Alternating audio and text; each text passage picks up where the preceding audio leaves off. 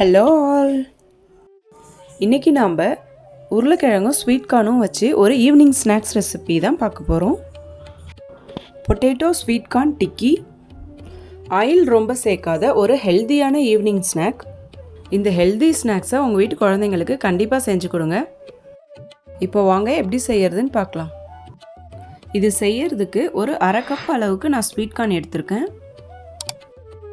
இதோட ஒரு பெரிய உருளைக்கிழங்கு வேக வச்சு தோல் உரித்து எடுத்து வச்சுருக்கேன், அதை சேர்த்துக்கலாம். இப்போது இந்த உருளைக்கிழங்கை நல்லா மசிச்சு விட்டுறலாம். இந்த மாதிரி கார்ன் முழுசாக உங்களுக்கு வேண்டான்னா நீங்கள் மிக்சியில் போட்டு கோர்ஸாக அரைச்சி சேர்த்துக்கலாம். நீங்கள் குழந்தைங்களுக்காக பண்ணும்போதும் கார்ன் அரைச்சி சேர்த்துக்கலாம். இப்போது ஒரு பெரிய சைஸ் வெங்காயம் பொடியாக கட் பண்ணி வச்சுருக்கேன், அந்த வெங்காயத்தை சேர்த்துக்கலாம்.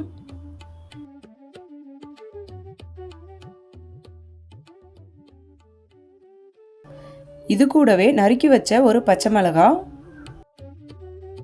பொடியாக நறுக்குன கொத்தமல்லி கொஞ்சம் சேர்த்துக்கலாம். மசாலா பொருட்களில் அரை ஸ்பூன் ஜீரகம், அரை ஸ்பூன் கொத்தமல்லி பொடி,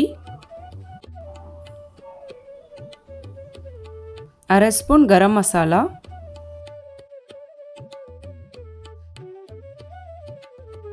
தேவையான அளவு உப்பு, பைண்டிங்காக 2 ஸ்பூன் கார்ன்ஃப்ளவர்,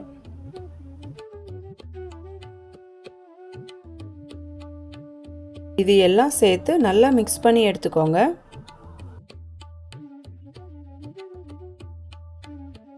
கார்ன்ஃப்ளவர் சேர்த்ததுனால ரொம்ப ட்ரையாக இருக்குது, அதனால் நான் கொஞ்சம் தண்ணி ஊற்றி மிக்ஸ் பண்ணி எடுத்துக்கிறேன். இப்போது நல்லா மிக்ஸ் பண்ணி எடுத்தாச்சு. இப்போது இந்த மிக்ஸ் கையில் ஒட்டாமல் இருக்க கையில் லைட்டாக எண்ணெய் தடவிட்டு நமக்கு எந்த ஷேப்பில் வேணுமோ அந்த ஷேப்பில் தட்டி எடுத்துக்கலாம். நம்ம வீடியோவை யாராவது சப்ஸ்கிரைப் பண்ணாமல் பார்த்துட்டு இருந்தா சப்ஸ்கிரைப் பண்ணிக்கோங்க. அப்படியே இந்த ஹெல்த்தியான ஈவினிங் ஸ்நாக் ரெசிபியை உங்கள் ஃப்ரெண்ட்ஸ் அண்ட் ஃபேமிலிக்கு ஷேர் பண்ணுங்கள்.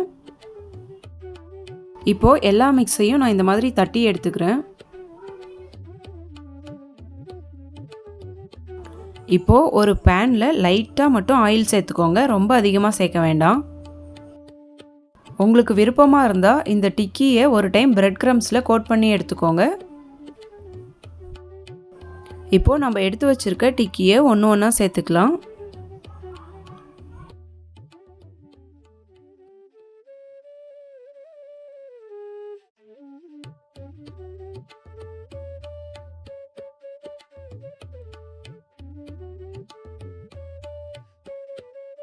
மீடியம் ஃப்ளேமில் ஒரு 2-3 நிமிஷம் இது வேகட்டும். ஹை ஃப்ளேமில் வச்சு இதை பண்ண வேண்டாம். ஹை ஃப்ளேமில் வச்சிங்கன்னா மேலே மட்டும் வெந்திருக்கும், உள்ளே வேகாமல் அப்படியே இருக்க மாதிரி இருக்கும். இப்போது பாருங்கள், ஒரு சைடு நல்லா வெந்துருச்சு. இதை அப்படியே இன்னொரு சைடு மாற்றிக்கோங்க. நான் ஒரு சைடு 2 மினிட்ஸும் இன்னொரு சைடு 2 மினிட்ஸும் குக் பண்ணி எடுத்திருக்கேன்.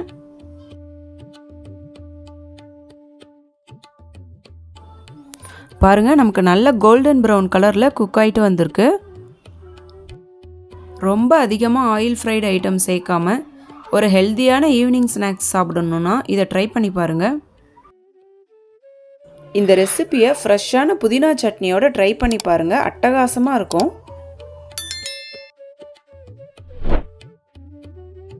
அப்படியே நம்ம சேனலுக்கு சப்ஸ்கிரைப் பண்ணிக்கோங்க. அடுத்தது ஒரு இன்ட்ரெஸ்டிங்கான ரெசிபியோட மீட் பண்ணலாம். Bye bye.